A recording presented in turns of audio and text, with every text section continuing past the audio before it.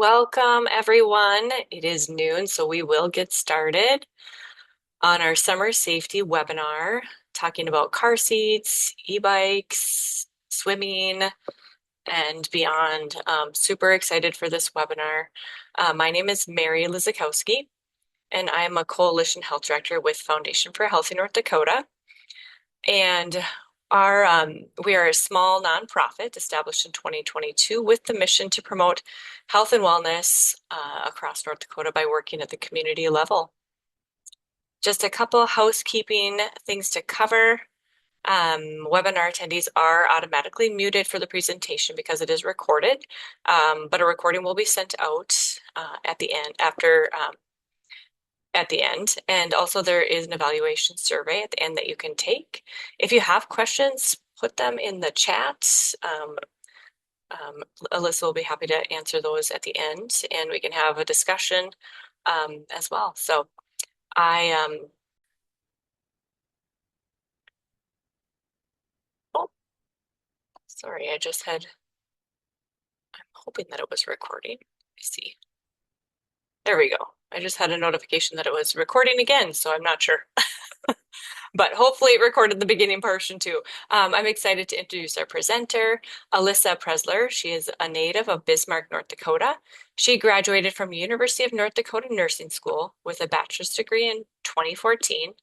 She spent the next 8 years developing her passion and skills in emergency nursing in various places throughout the country, including Idaho, Minnesota, and Pennsylvania.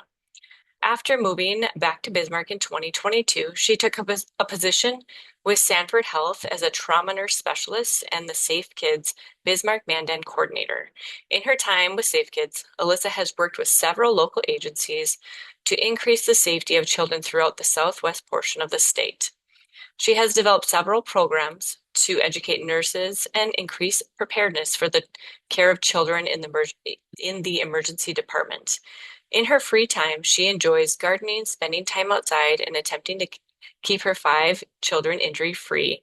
We are super excited to have you, Alyssa, and I will turn it over to you for the presentation. All right. Thank you for having me. Thanks for joining, everybody. Let me just get my screen sharing here and we'll get started.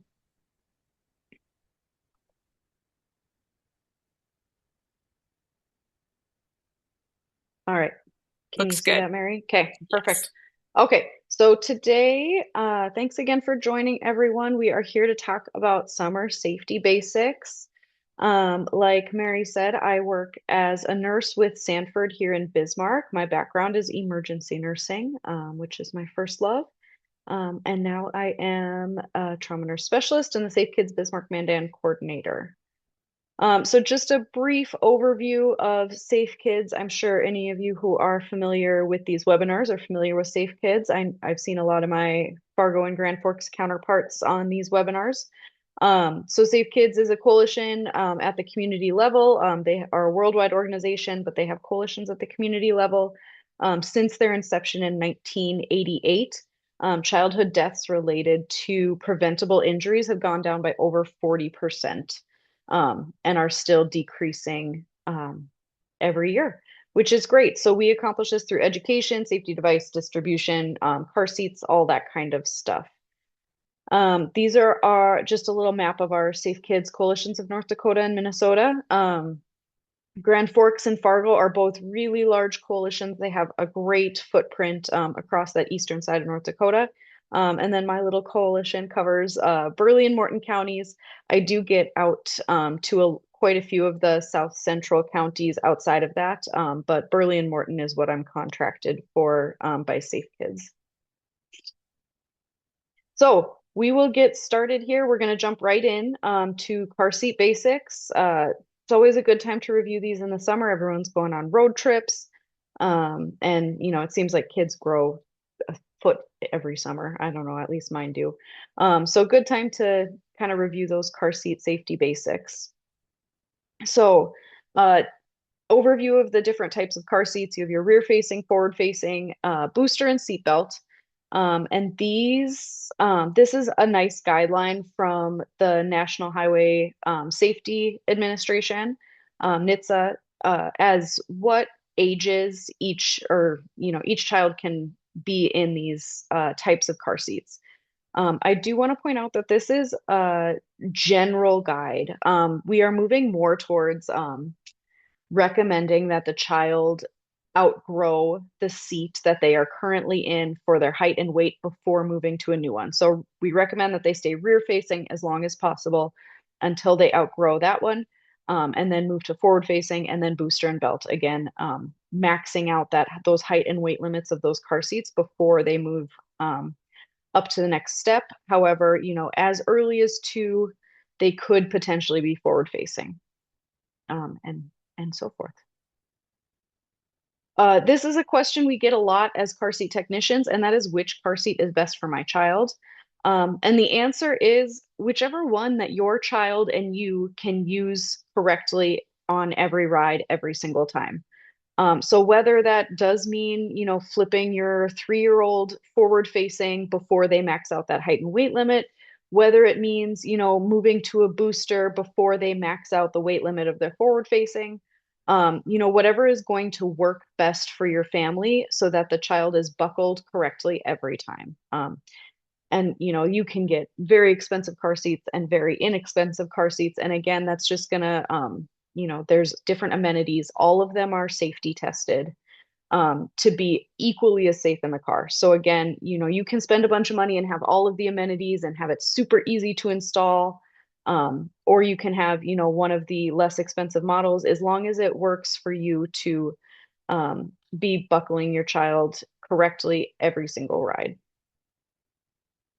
I do want to point out that there are these harness type vests. I run into a lot of parents that have never heard of these, and I think that they're a really great resource. So I just did want to mention it today. They are a vest that replaces either a forward-facing seat or a booster. The lowest, they are weight limits from 30 all the way up to 60 or 80 pounds, depending on the size that you get. And the child puts this vest on, and then, as you can see in the picture, the seat belt just routes through the vest. So there's no need to install a car seat. It can go over coats. It can go, if you have a situation where your child is going in grandma's car and then a nanny's car and back and forth, and you don't want to have to switch those car seats around, or for travel, they're really portable and they're a really great resource. So I always want to just mention those. This is a big question we get. And as I have a 10-year-old, I've noticed that quite a few of his friends have, ditched their booster, and they're quite a bit smaller than my child, who still actually does fit in a booster. So I think this is always a good topic to visit as well. The best way to determine if your kid can get out of that booster seat is these 5 steps. So does their back sit against the vehicle seat? Do their knees bend naturally right at the edge of the seat? Does the lap belt sit right on top of the thigh and not go up to the belly? Does the shoulder belt sit right between the neck and the shoulder? And is the child able to sit properly without slouching, playing, unbuckling, flipping forward, doing acrobatics back in that back seat? To ride safely, most kids will need a booster until age 10 to 12, just based on their height and weight. All right, and then I did just want to throw a couple of photos in here of some common misuse we see in the car seat world. You can see this little guy has his straps are quite a bit too loose, and the front chest clip is unbuckled.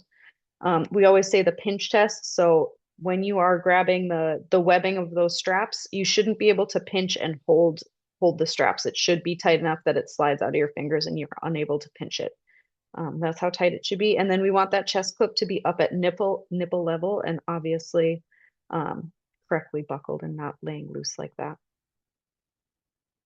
Like I said, with the booster seats, this is another big one. We see kiddos all the time just sitting buckled up. And while it's great that they are buckled, those seat belts, if they are not the appropriate size for the child without a booster, can actually harm the kid in the event of a crash. So they can get injuries to their abdomen from the seatbelt pushing up against their tummies in the event of a crash, because they're too small to fit in those seatbelts. So highly encourage not leaving the booster too early. And we never want to see the seatbelt routed behind them because, again, that can increase the risk of abdominal injury in the event of a crash. Here's another one. I know it's summer, but it's worth mentioning again. We should not be putting kiddos in those big puffy snowsuits in the middle of winter. In the event of a crash, the snowsuit and that fluffy material can compress. And then those straps are quite a bit too loose for the kiddo, so that there can be shifting and sliding. We want those straps to be nice and tight on our child. So we recommend a thinner fleece layer and then covering them up with a blanket after they're in the car seat rather than putting on a big puffy snowsuit or a coat. Another thing, it's hard to find pictures that illustrate what I'm trying to talk about, but when you have a forward-facing car seat, that tether, you can see on the left picture, we want that to make sure, or we want to make sure that we're using that so that tethers and keeps the top of the car seat from um, moving forward too far in a crash.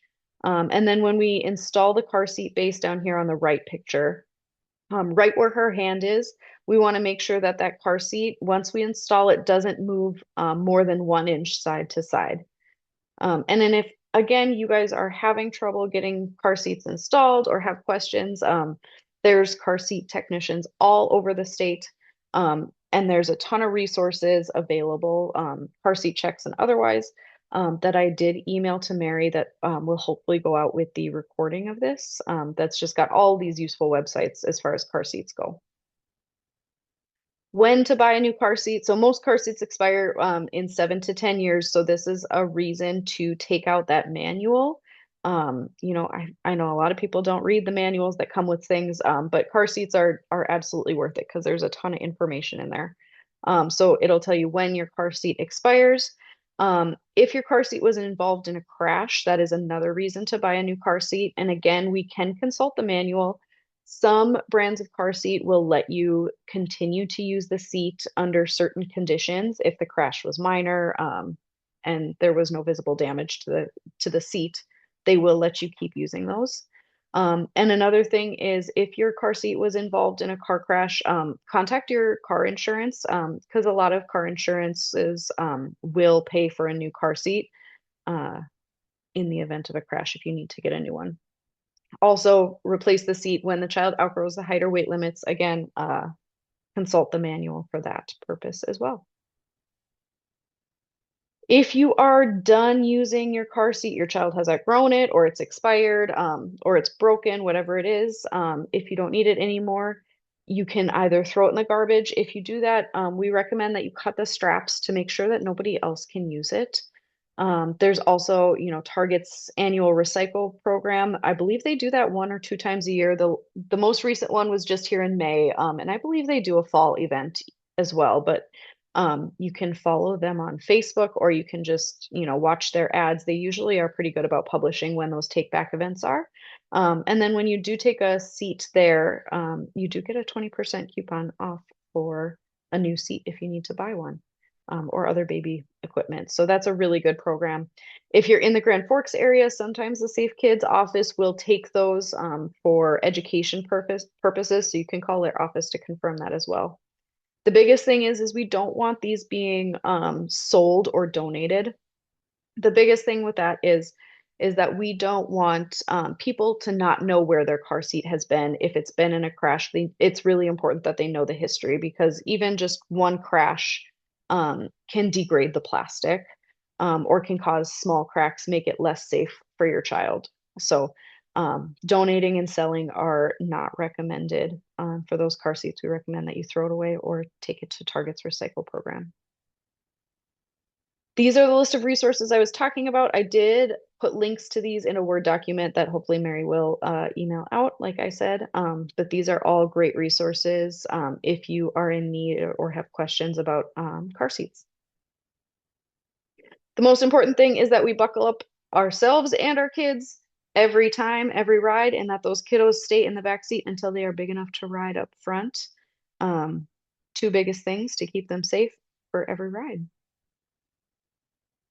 All right, next I'm going to move into some bike and pedestrian safety because it's not summer without bikes all over the neighborhood, right?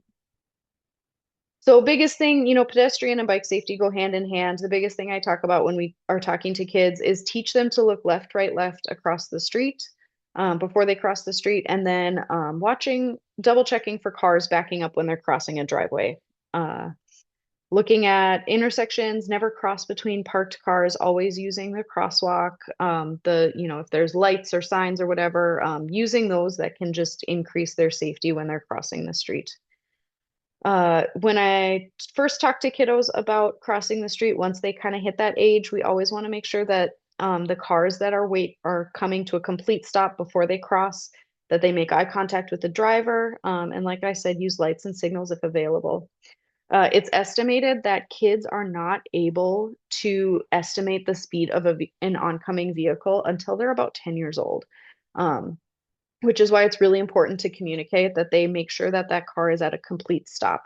Because a lot of kids think that if I can see the car can see me, or it's far away and it's moving really slowly, they aren't able to estimate how quickly that car is moving towards them. So it's just safer to make sure that cars come to a complete stop and that they make eye contact with the driver before they're crossing.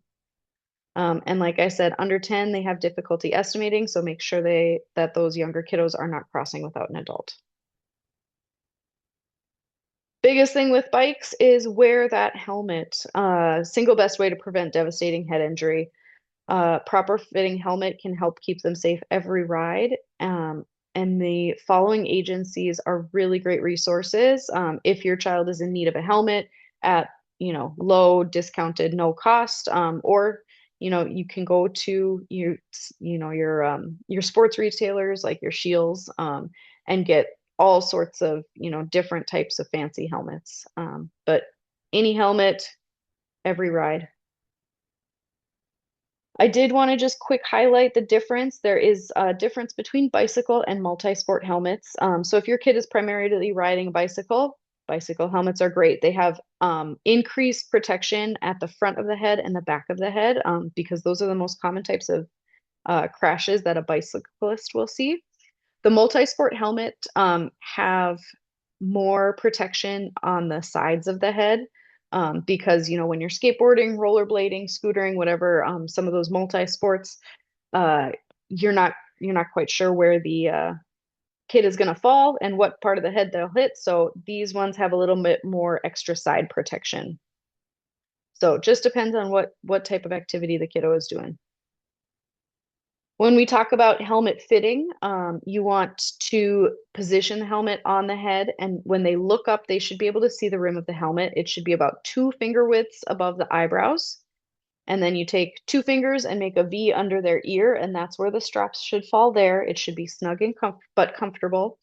And then mouth, if you take 2 fingers and fit it right under the chin in between the strap, it should be snug on your fingers. You don't want it too tight under their chin, because they won't be able to, talk or open their mouths. So you do want it snug on the fingers right underneath your chin. Couple tips for helmet use. Make sure you're modeling good behavior. If you're out riding with kiddos, make sure you wear your helmet too. Any damage from a crash, dropping, or kicking, the helmet should be replaced because, again, just like a car seat, after each crash, if you have, micro cracks or damage to it, it can make it less reliable in the event of another crash. And then just a tip for all you people who have girls or kids with longer hair. The helmet's fit may need to be adjusted every single time, just depending on what their hairstyle is looking like that day. Also, when riding a bike, consider other different pads, depending on how proficient your kid is at really help them to stay safe. And then we always want to make sure that, the different accessories on the bikes are working too. The reflectors, the brakes, the tires. When we get to this slide, we'll talk about the handlebar covers, the tires filled, gears and brakes working properly, all kind of stuff like that. Um, just make sure all of that's ready for their ride to be safe every time.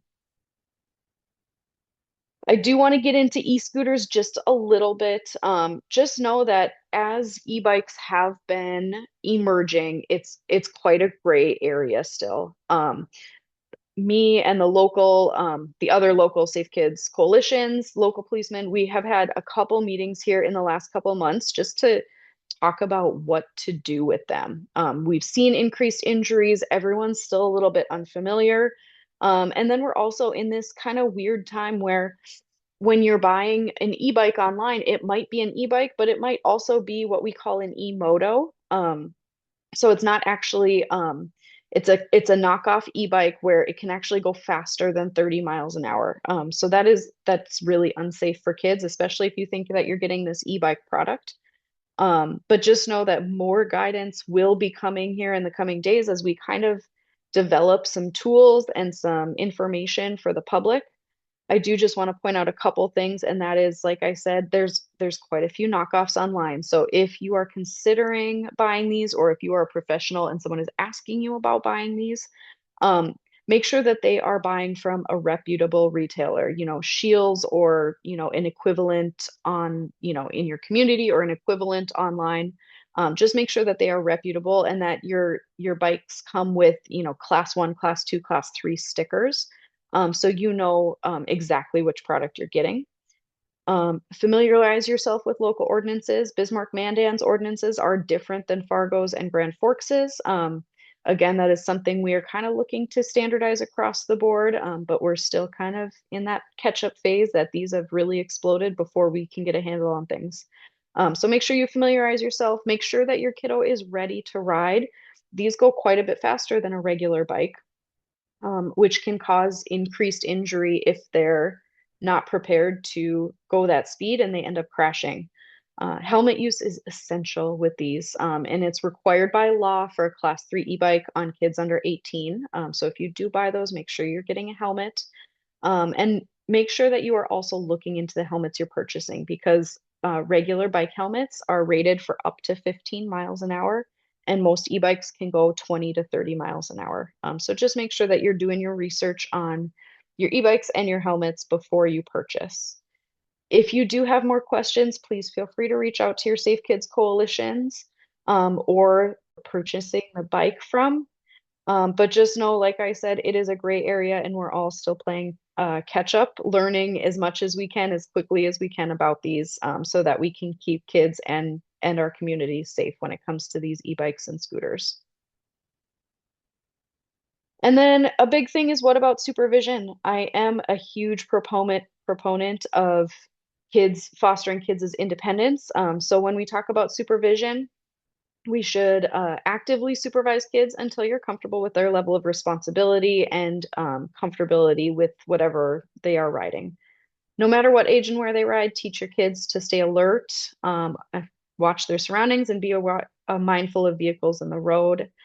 And then children, if they are going to be, say they're commuting to work or to school and they're going to be riding in the road, they should be very competent and able to demonstrate those rules of the road before they're cycling with traffic.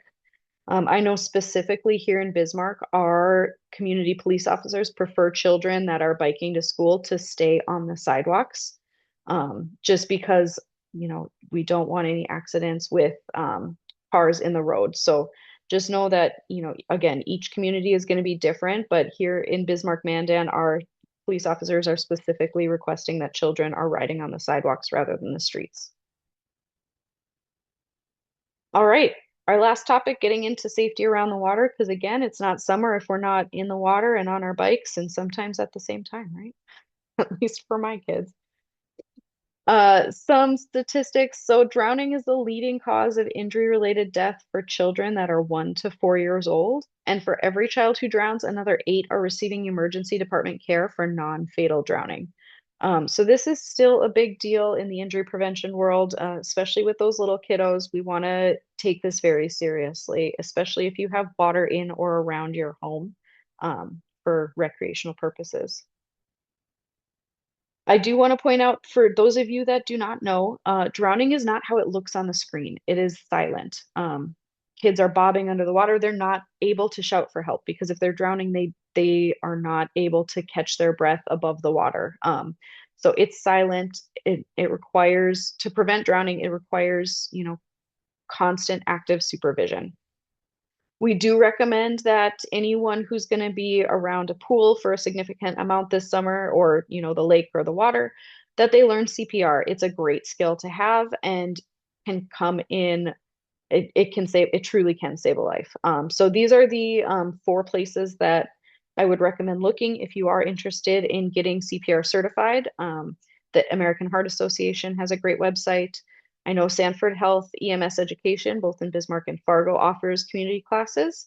The North Dakota Safety Council and your local public health units all might be able to direct you to a place that will offer a community class for CPR. When we talk about swimming in pools, I want everyone to understand the role of lifeguards, and that is that they are not babysitters. We want to keep your young and inexperienced swimmers within arm's reach. Active supervision is a must. And when you're sending, if you have older kids or experienced swimmers that are going to the pool, maybe without you or maybe with, some friends or older kids, make sure that you impress upon them that swimming with a buddy is a huge plays a huge role as far as safety goes. Swimming alone should not be or is not a good idea, and should not be done, especially even by experienced swimmers. Swimming lessons are highly recommended by the American Academy of Pediatrics. By their fourth birthday, most children are ready for swim lessons, but can start as early as age 1.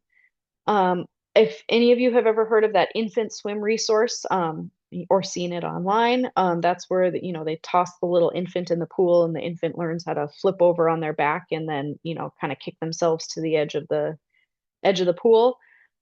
These are not recommended by the American Academy of Pediatrics, specifically because research has not proven that it prevents drowning. And they're worried that it can give caregivers a little bit of false confidence in or around the water. So while these, might give some parents a peace of mind, it is not currently recommended by the American Academy of Pediatrics. When we talk about water safety education, I really like this image because kids, when they look at the top of the water and they think it's all one level. They're not able to comprehend that the bottom of the pool or the river or the lake gets deeper underneath the water. So they might jump in at one end and think that their friend is safe, and then they jump in at the other and think that it's going to be just as deep, but actually it's twice as deep. Um, Whale tails. So if any of you have any hand in safety education when it comes to the water, this Red Cross uh, resource is great. So these whale tails, they are videos, they are handouts, they're posters and stickers. You don't need a special certification to teach this material. You can just go online. It's 8 or 9 lessons, and I've used some of their material in giving talks to some of our elementary schools. It's really easy to understand. They have it both in English and Spanish as well. So I highly recommend, if you have any hand in water safety education, to take a peek at that website. Again, I can't impress this enough. There's no substitute for active supervision. If you see on the left here, this Water Watcher card, we distribute these at all 3 of our Safe Kids coalitions, so Grand Forks, Fargo, and Bismarck. Um, and these are tags that we put on lanyards. So if you're, say in a group setting at the pool or the lake and you've got multiple families, whoever's holding the Water Watcher card is responsible for all of the kids in the water. They're not on their phone. They are not currently intoxicated or drinking or, chatting up with their friends or reading a book. They are sitting and watching those kids in the water. And we recommend that it's for, 10 to 15-minute increments before you switch out. And it's a really neat way to make sure that someone is responsible for those kids in the water and that nobody is assuming that everyone else is doing it. If you want to print out your own, they're also available for download. Again, this link is going to be on that resource Word document that I sent to Mary. When we talk about flotation aids, so inflatable water wings, other inflatable donuts and pool noodles, they're really fun toys, but they should not be relied on as flotation devices, and they should not replace active adult supervision. If you think your child needs some assistance in the water as far as a flotation aid, please make sure that you are using a U.S. Coast Guard approved personal flotation device. So either a life jacket or one of these puddle jumpers you see this cute little girl in the bottom right wearing. These are U.S. Coast Guard approved. So make sure you're looking at those labels, make sure that they fit for your child's weight. Um, and again, don't rely on water wings or inflatables. Life jackets are also available for renting and loaning all across the state. There's different life jacket loaner boards outside of certain lakes in the Grand Forks area. And I know that you can check out life jackets from at least the Bismarck Public Library, but I'm under the impression that it is other libraries across the state as well. So if you don't have a life jacket and you're, going to a friend's lake for the weekend, please make sure that you are using your resources and making sure those kiddos are safe. When we talk about fitting a life jacket, like I said, you want a U.S. Coast Guard approved one, and choose one that will fit your child's weight. It should fit snugly. And if you lift the child by the shoulders of the life jacket, it shouldn't ride up past their ears. So you can kind of see the mom here lifting up. It shouldn't ride up. It should be pretty snug on those kiddos. All right. So for those of you that work with people or that have home pools, in-ground pools, you want to consider the following safety features. Door alarms are a big one. Most people that have home pools are going to have a fence around the pool, but that doesn't protect the kids that are inside the house. So I highly recommend door alarms. There's also little door latches that you can get there like $10 at Walmart. But for a sliding glass door, all you do is put it up higher than the child can reach and it clicks out. And it keeps that sliding door from opening and the child from being able to let themselves out. If you do have a gate all the way around the pool that doesn't include the home, self-closing latches on those gates are highly recommended. We say to store toys out of the pool area so that kids aren't tempted to climb the fence or climb the gate to get into the pool area to get those toys. A lot of the newer pools are now being installed with fall-proof covers. So then local ordinances are saying that you don't need a fence around the pool if that's the case.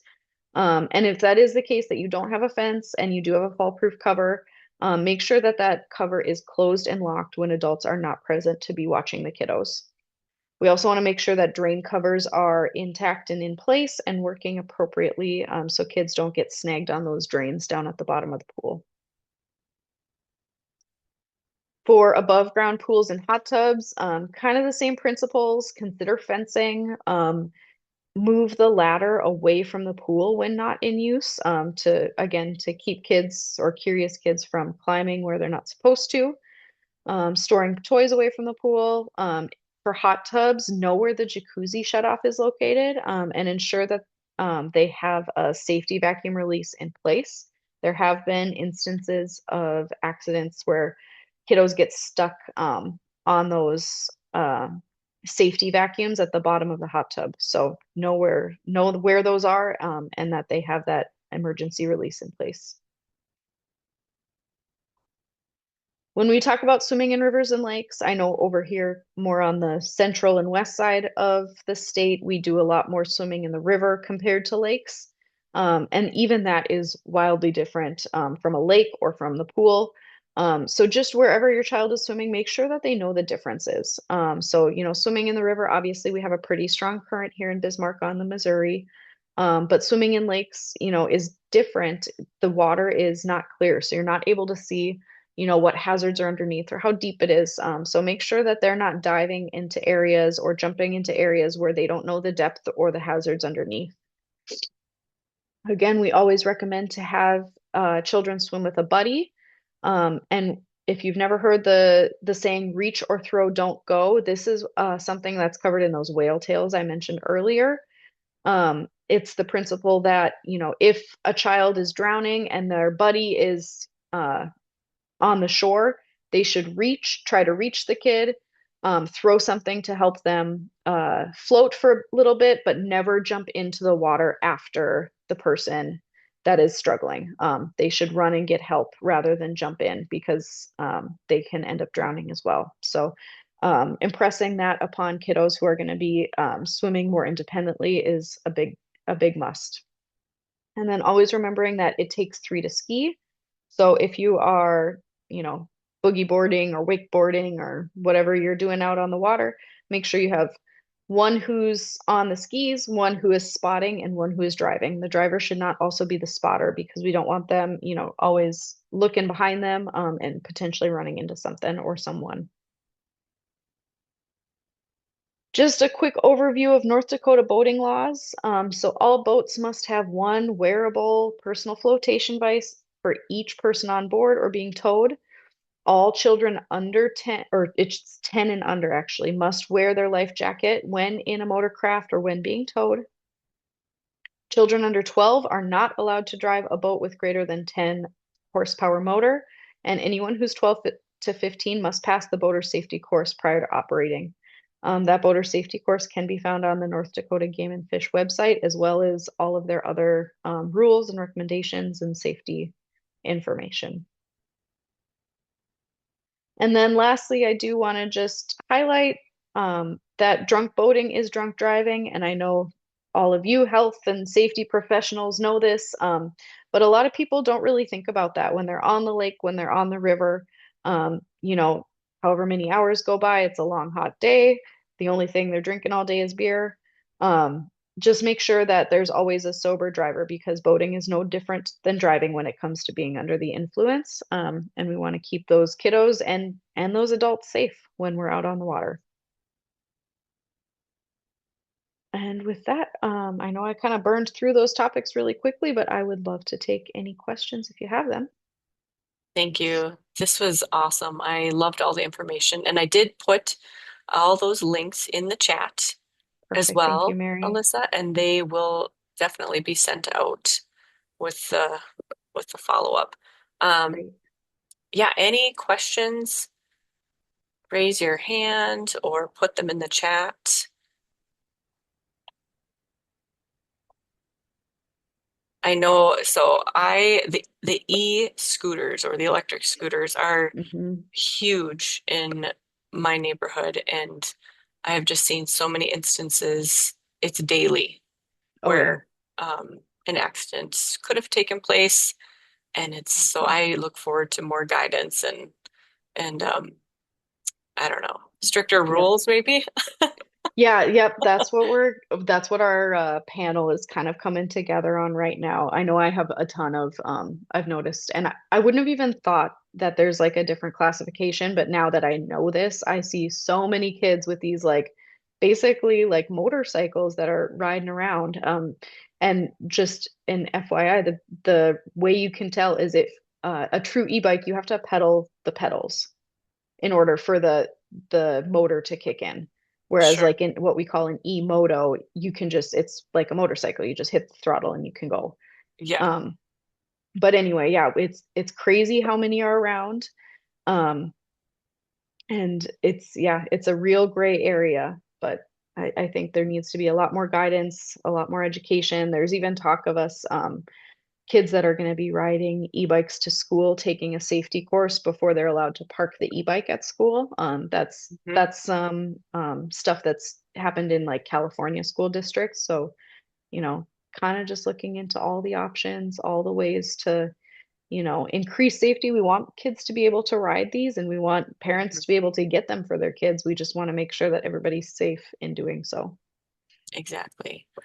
Okay, Mary said you put the PowerPoint in the chat. No, we don't have the PowerPoint slides in the chat. Um, but we do have, can you see, Alyssa, the, Yep, I can see all the links. okay, maybe Yeah. I'll just, in case sometimes it only appears after you've been in the webinar, so I'll put it back in the chat so that that's in there. And Yeah. then, um, I can, would you want your slides sent out? I don't care. Yeah, Yeah, that's so fine with me. maybe Do you want me if to you have, make them a PDF and I can send them to yeah, you? then we can Okay. attach that to the Oh, yes, that must have been the case where she had Okay. hopped on after I'd put it in the chat. Okay. Mhm. Carrie asked, are there any common ages associated with e-bikes? So the recommendation is that like roughly kids under 15 should not be using them, just because they do go 20 to 25 to 30 miles an hour, depending on the e-bike. And kids under 15 just are not equipped to handle that speed. They don't have the processing speed in their brain to be able to, adjust or avoid collisions or things like that. So I don't know if that's quite if I'm answering your question, Carrie, but we're recommending that at least 15 before they hop on those e-bikes.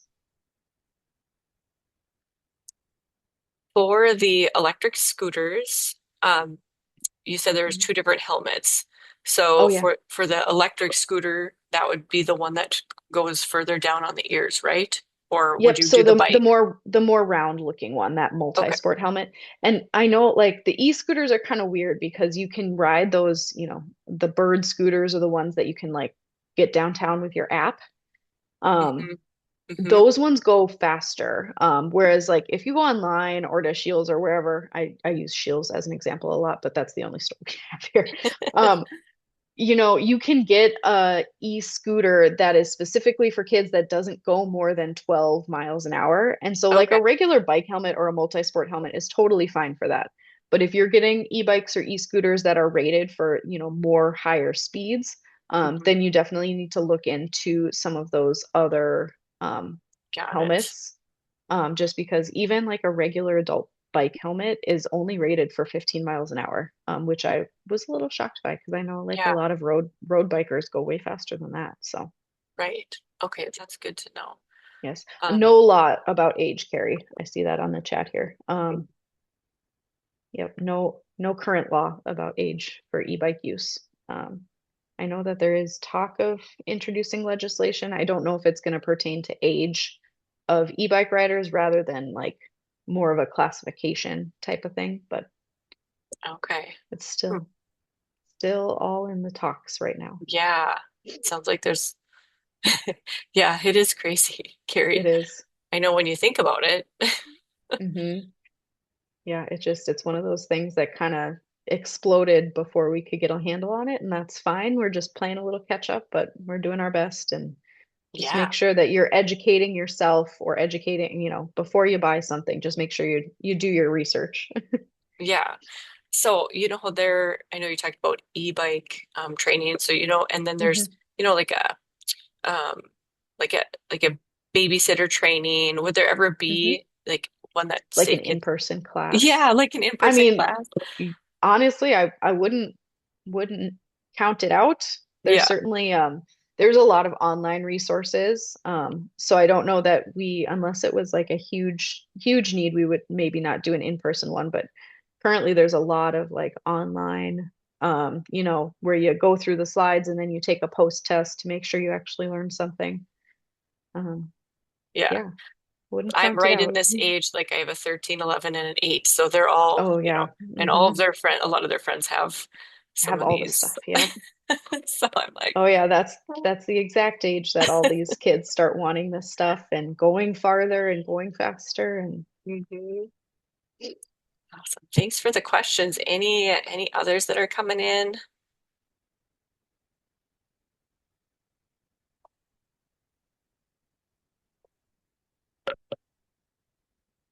I really appreciated that slide with the different types of car seats and as you age out because hmm I mean even though I know, I feel like I have a grasp on car seats, it still makes me question, because I have an 8-year-old that's small and it's like, hmm you know, you Yep. just And never know. I also have petite kids and it's just a matter of like, what is safest for them, but also what works best with your family, right? Hmm. So it's I always tell people I have a love-hate relationship with car seats I know. because it's just it would be so much easier if there was one brand, one type, just but it's not. It's a lot of different information and that's why being a nerd and reading the manuals is important when it comes to car seats. I know, right?